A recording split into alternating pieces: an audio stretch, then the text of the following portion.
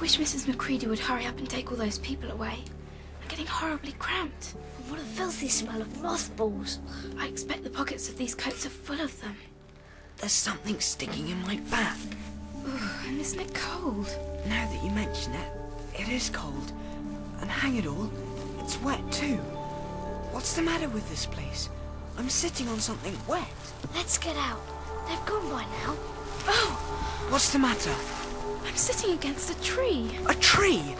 And look, it's getting light over there. By Jove, you're right. And look there. And there. It's trees all around. And this wet stuff is snow. There's no mistaking it.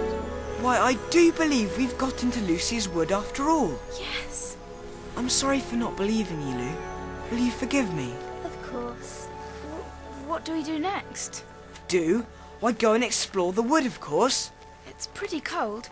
What about putting on some of these coats? They're not ours. I'm sure nobody would mind. It isn't as if we're stealing, since we won't be taking them out of the house, or even out of the wardrobe. Now you put it that way. Coats on, everyone. We can pretend we're Arctic explorers. This is going to be exciting enough without pretending, I think. Which way now? That way. No, wait. Shouldn't we go that way if we're aiming for the lamppost? What did you say? I said... We heard what you said, Edmund. You really were here, and you made out that Lucy was telling lies. Of all the poisonous little beasts. Which says it all, I suppose. You be the leader, Lucy. Goodness knows you deserve it. Where do you want to take us? What about going to see Mr. Tumnus? He's the nice fawn I told you about. All right, to Mr. Tumnus it is.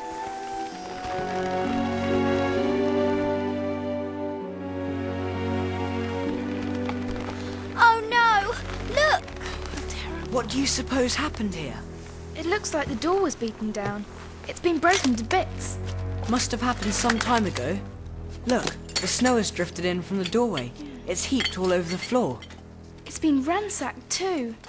It's as if someone threw the fire all over the room. Oh, look. This was a picture of Mr. Tumnus's father. Slashed to shreds with a knife, I'd say. This is a pretty good washout. Not much good coming here. What's this? Did someone leave a note? What does it say? I can't read it in this light. Let's get out into the open air. Good idea. That's much better. The former occupant of these premises, the Fawn Tumnus, is under arrest and awaiting his trial on a charge of high treason against Her Imperial Majesty, Jardis, Queen of Narnia, Chatelaine of Cair Paravel, Empress of the Lone Islands, etc. Also, of comforting her said Majesty's enemies, harbouring spies, and fraternising with humans. Signed, Morgrim, Captain of the Secret Police. Long live the Queen. I don't know that I'm going to like this place after all. Who is this Queen, Lucy? Do you know anything about her? She isn't a real queen at all. She's a horrible witch, the White Witch. Everyone, all the wood people, hate her. She's made an enchantment over the whole country, so it's always winter here and never Christmas. I wonder if there's any point in going on. I mean, it doesn't seem particularly safe here, and it looks as if it won't be much fun either. And it's getting colder every minute, and we've brought nothing to eat. What about just going home? Oh, we can't. We can't. Don't you see? We can't go home now. Not after this. It's all on my account that the poor fawn has got into this trouble. He hid me from the witch and showed me the way back. That's what it meant by comforting the Queen's enemies and fraternising with humans. We simply must try to rescue him. A lot we can do. We haven't even got anything to eat. Oh, do shut up, Edmund. What do you think, Susan? I have a horrid feeling that Lucy is right. I don't want to go a step further, and I'd wish we had never come. But I think we must try and do something for Mr. whatever his name is, the fawn. That's what I feel too. Though I'm worried about having no food with us for the journey. I'd vote for going back and getting something from the kitchen. Only there doesn't seem to be a certainty of getting into this country again once you've gone out of it. I think we'll have to go on. So do I. So do I. If only we knew where the poor chap was imprisoned. Psst. Wait, what was that? Psst. It came from over there. Can you see what it is? Yes. I know. It's a beaver. Do you see the tail? Oh, it's signalling to us. I think it wants us to go over there. And it wants us to go quietly. What do you think, Lucy? Should we go to it or not? I think it's a nice beaver. Yes, but how do we know? Shan't we have to risk it? I mean, it's no good standing here. Look, it's waving to us again. Come on, let's give it a try. All keep close together. We ought to be a match for one beaver if it turns out to be an enemy of some sort. Careful. Pardon me. Are you signalling us? Further in. Come further in. It talks! Why wouldn't it? It's a magical country, isn't it? Point taken. Shh.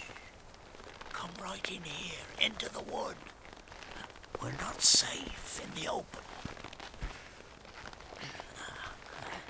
That's better. Much better. Now, are you the sons of Adam and the daughters of Eve? We're some of them. Shh. Not so loud, please. We're not safe, even here. Who are you afraid of? There's no one here but ourselves. Well, there are the trees. They're always listening.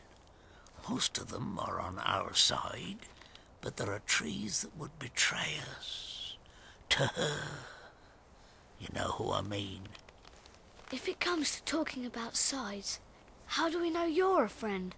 Not meaning to be rude, Mr. Beaver, but we're strangers. Quite right, quite right. Here's my token. A handkerchief. Oh, of course. It's my handkerchief. The one I gave to poor Mr. Tumnus. That's right. Poor fellow got wind of the arrest before it actually happened and handed this over to me. Now, he said that if anything happened to him, I must meet you and take you on to...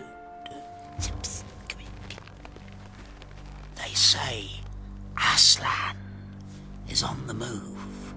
Perhaps has already landed. And now a very curious thing happened. None of the children knew who Aslan was, but the moment the beaver had spoken these words, everyone felt quite different, as if something jumped inside of them. Edmund felt a sensation of mysterious horror. Peter felt suddenly brave and adventurous.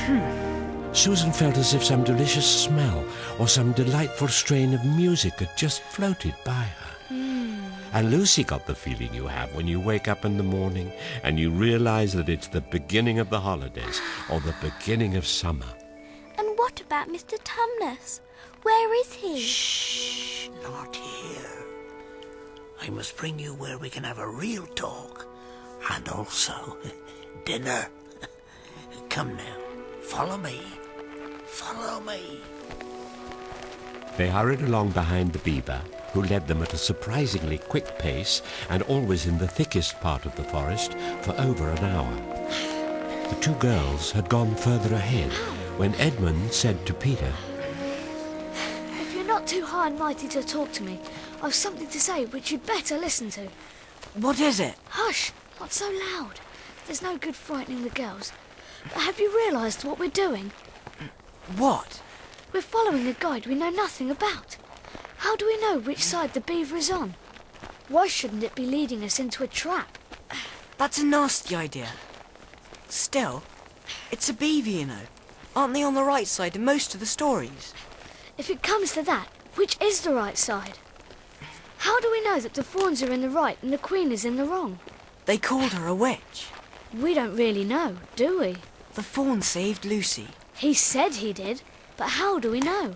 The beaver had Lucy's handkerchief. Which he got from the fawn. That doesn't mean anything, really. And there's one other thing. Has anyone the least idea of the way home from here? Great Scott, I hadn't thought of that. Suddenly the trees began to get thinner in front of them and the ground to fall steeply downhill. A minute later they came out under the open sunny sky and found themselves looking down on a fine sight. They were standing on the edge of a steep, narrow valley, at the bottom of which ran, or at least it would have been running if it hadn't been frozen, a fairly large river. Just below them, a dam had been built across this river, and when they saw it, everyone suddenly remembered that, of course, beavers are always making dams. What a lovely dam, Mr. Beaver. Did you make it? Merely a trifle. Merely a trifle. And it didn't really finish.